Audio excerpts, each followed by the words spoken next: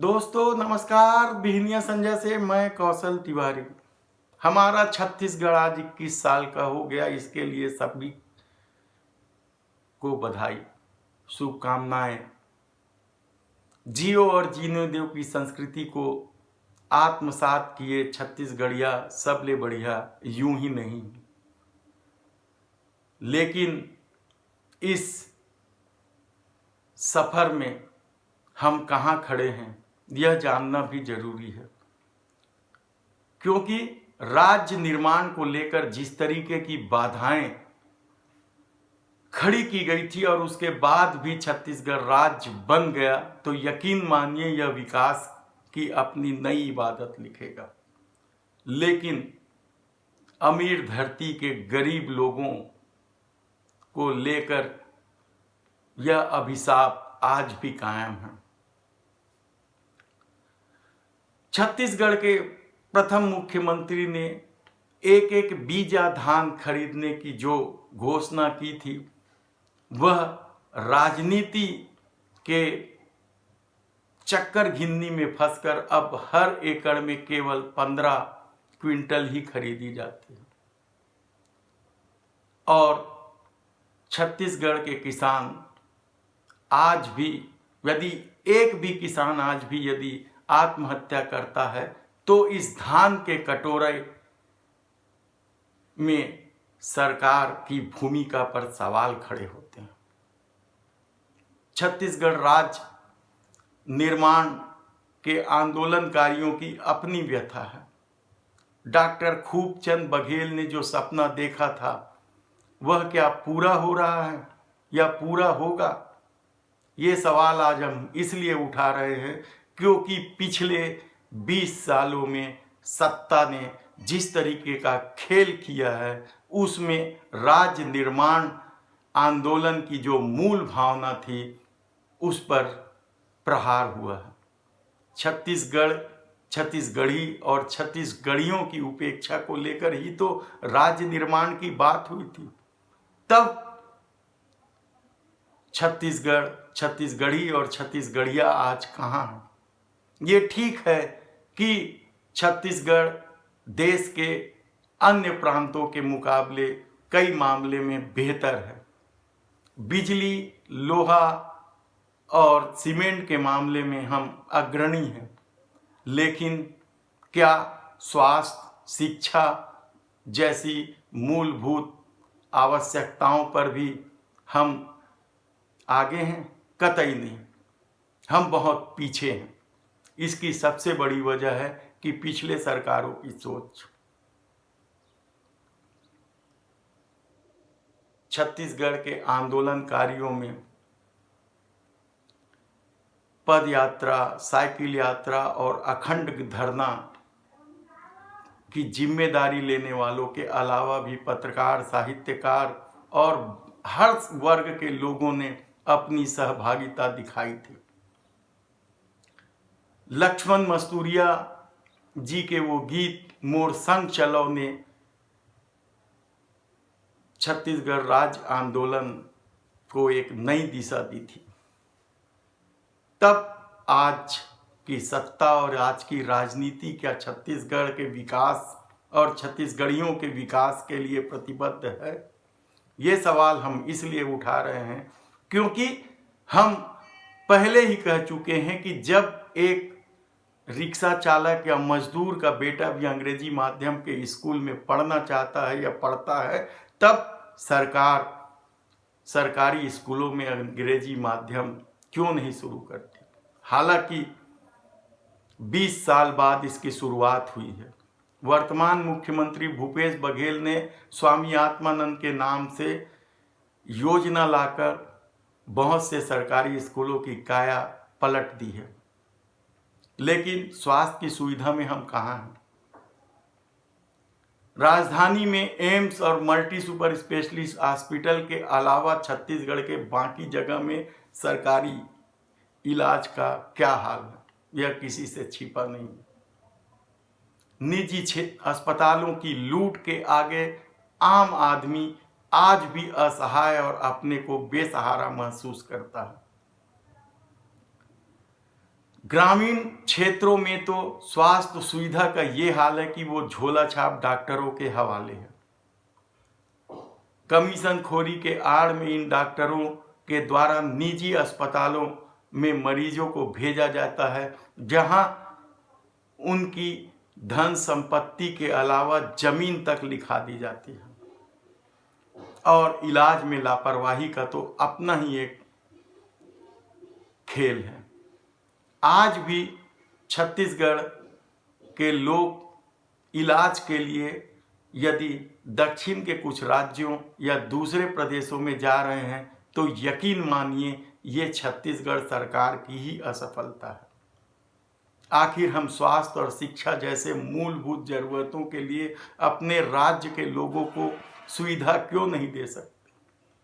हम पीठ ठोक सकते हैं कि हम किसानों को 2500 रुपये देते हैं, जो कोई भी राज्य नहीं देता है, लेकिन सिर्फ 2500 रुपये देने से क्या शिक्षा और स्वास्थ्य के लिए पैसे जुगाड़ किए जा सकते हैं? नहीं, क्योंकि महंगी होती शिक्षा और महंगा होता इलाज उस 2500 के सामने, या वो 2500 बहुत छोटे पड़ जाते हैं। ये ठीक है कि यहाँ के किसान दूसरे राज्यों के मुकाबले खुशहाली में हैं, लेकिन यदि एक भी किसान आत्महत्या करता है तो यह सरकार की ही नाकामी है। आज हम जिस जगह खड़े हैं वहाँ आत्म अवलोकन की जरूरत है। सत्ता की रहीसी का अपना तरीका है। जिस तरीके से पिछली सरकारों ने मुख्यमंत्री आवास और दुनिया भर के तामझाम की कोशिश की, वह क्या पहली सत्ता से सबक सीखने लायक नहीं है? निसंदेह है। यदि हम गांधी के देश में हैं तो निसंदेह हमें सादा जीवन को महत्व देना पड़ेगा। 25,000 करोड़ रुपए की नई राजधानी भी यदि आवास के संकट से जूझ रही है या वहां बसाहट का संकट है, तो ये सरकार की योजना का बुरा हाल है।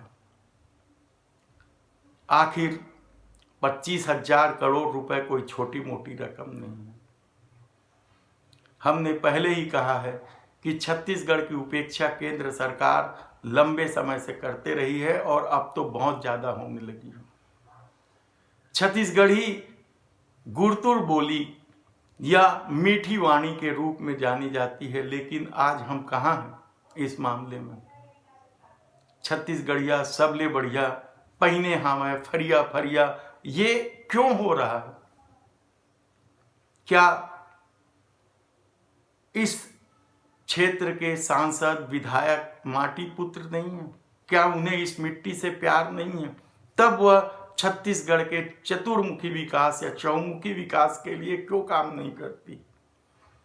ग्रामीण क्षेत्रों में सड़कों का जाल तो बिछा दिया जाता है, लेकिन क्या वह लूट का माध्यम नहीं हो जाता? बस्तर आज भी नक्सली समस्या से जूझ रहा है। भिलाई इस्पात संयंत्र के बाद यदि हमने नगरनार में उम्मीद बांधी थी, तो क्या केंद्र की सत्ता उसे निजी हाथों में सौंपने की कोशिश कर एक लूट की कोशिश नहीं कर रही हो? छत्तीसगढ़ बेहद समृद्ध है खनिज संसाधनों, वन के मामले में, लेकिन सत्ता क्या उन संसाधनों को निकालने या उस संसाधनों की लूट के एवज में या उस संसाधनों की दोहन के एवज में वहां के लोगों को उतनी सुविधा दे रही है? सोचना होगा। कल ही हम सरदार वल्लभ भाई पटेल की जयंती मनाई। जो व्यक्ति 600 रियासतों को एक सूत्र में बांधकर अखंड भारत या एक नए भारत का निर्माण किया, उसे याद करने की याद में क्या कुछ लोग इस देश को तोड़ने की कोशिश नहीं कर रहे हैं? कल ही स्वर्गीय इंदिरा गांधी जी की पुण्यतिथि भी थी, जिन्होंने राष्ट्रीयकरण किया बैंकों का, बहुत सारे निजी क्षेत्र। लेकिन हम क्या कर रहे हैं? हम देश बना नहीं रहे हैं, हम देश जोड़ नहीं रहे हैं। हमें तो सत्ता की रईसी बरकरार करने के लिए देश बेचना है। टुकड़ों में बिकता हिंदुस्तान और जाति और धर्म के नाम पर विभाजन की रेखा खींचता हिंदुस्तान क्या आज हमें दिखाई नहीं दे रहा है? किस तरीके से राज्यों की पुलिस आपस में लड़ रही है, पूर्वोत्तर राज्य की, यह किससे छिपा है? आने वाले दिनों में 5 राज्यों में चुनाव है। उत्तर प्रदेश से दिल्ली का रास्ता जाता है। वहां क्या हो रहा है? किसानों को कुचलने वाले बेटे का बाप मोदी सरकार में यदि मंत्री है तो यह हम कौन सा भारत कर रहे हैं? हम किस मुंह से सरदार वल्लभ भाई पटेल या स्वर्गीय श्रीमती इंदिरा गांधी को याद कर रहे हैं? राज्य निर्माण की अपनी खुशी है, महोत्सव होना चाहिए, लेकिन हमें उस दायरे से भी बाहर आना चाहिए जो सत्ता की रहीसी बरकरार रखने के लिए कुचक्र करती है, षड्यंत्र करती है। एक बार सोचना जरूर कि राज्य की प्रगति किसमें है, देश की प्रगति किसमें है। विभाजनकारी षड्यंत्र, सांप्रदायिक ताकतें और सत्ता के प्रति निर्बाध मोह ही इस देश के लिए कलंक करने वाला है या कलंकित करने वाला है। हम आज राज्य स्थापना दिवस मना रहे हैं।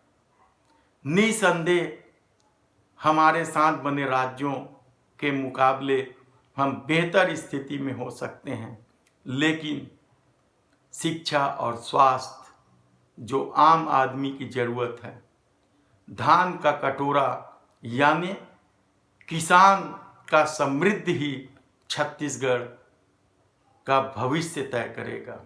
यदि सत्ता किसान, गांव, गरीब इस पर फोकस कर शिक्षा और स्वास्थ्य के क्षेत्र में और काम करे